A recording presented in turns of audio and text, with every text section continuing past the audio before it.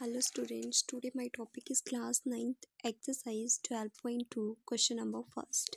Question first है हमारा a park in the shape of a quadrilateral ABCD has angle C is equal to 90 degree, AB is equal to 9 meter and BC is equal to 12 meter, CD 5 meter and AD is equal to 8 meter. How much area does occupy? हमें बोला है कि एक park है जिसकी shape है quadrilateral में ABCD और उसमें जो सी पे 90 का है, ए बी 9 है मीटर की है, बी सी 12 की है, सी डी 5 मीटर है, ए डी 8 मीटर है. हमें बताना है कि इस पार्क को बनाने के लिए उन्होंने कितना एरिया लिया होगा. ठीक है, तो अब मैं आपको इस एक्सरसाइज का कुछ फॉर्मूला है, इंपॉर्टेंट नोट्स जो इंपॉर्टेंट पॉइंट है वो बता देती हूँ. सबसे पहले आपको जो है इसको एक पाइथागोरस थ्योरम यूज़ करके पहले उसका आंसर निकालना है. ठीक है, जो आपने मतलब इस क्वाड्रिलेटरल में क्या किया, जो आपने इसको 2 ट्राइंगल्स में डिवाइड कर दिया, जो इसको 2 पार्ट्स में डिवाइड कर दिया. ठीक है, इस बी और डी लाइन को आपने क्या कर दिया, इंटरसेक्ट कर दिया.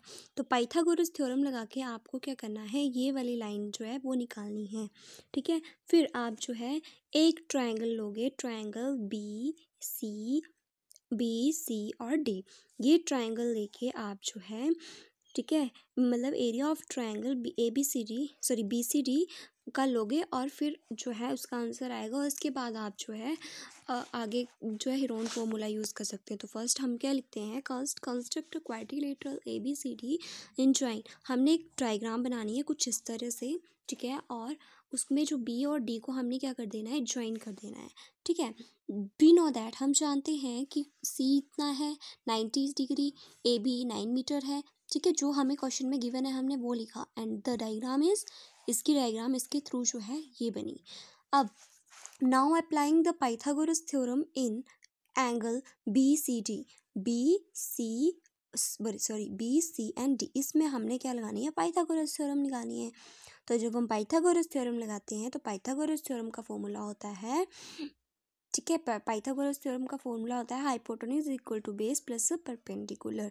तो ये क्या होता है, ये होता है बेस, ये होता है परपेंडिकुलर, ये होता है हाइपोटेन्यूज. ठीक है,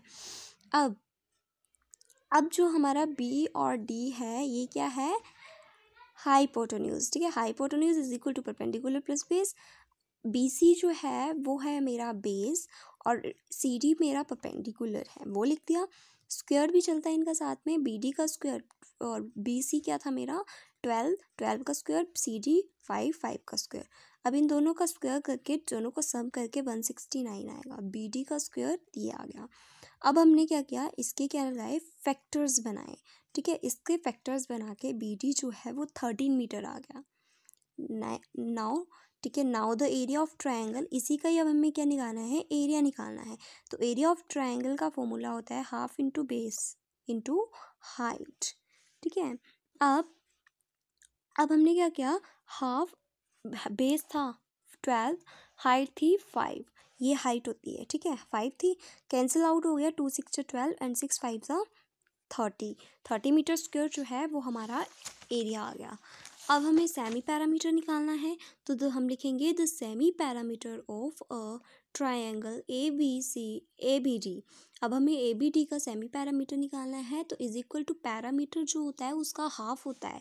तो पैरामीटर जो भी आपकी ए बी डी की साइड्स हैं उनको प्लस करके अपॉन डिवाइड कर दोगे 2 से. तो 30 इन सभी का सम है और अपॉन 2, तो आपके पास आंसर आएगा 15 मीटर. अब आप यूज़ कर सकते हो हेरोन फॉर्मूला.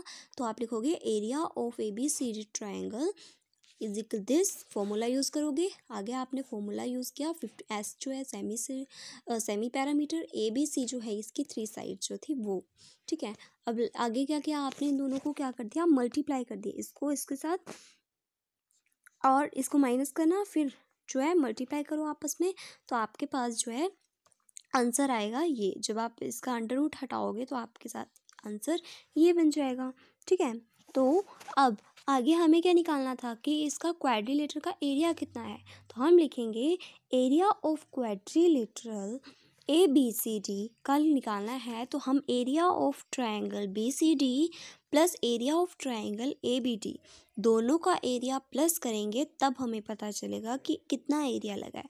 तो area of B C D का था 30 मीटर स्क्वायर और area of A B D का है 35.5 मीटर स्क्वायर। दोनों को सम ऐड किया तो हमारे पास आया 65.5 मीटर स्क्वायर। तो यही आपका आंसर है। ठीक है, आई होप आपको ये क्वेश्चन जो है समझ आ गया होगा। Thank you.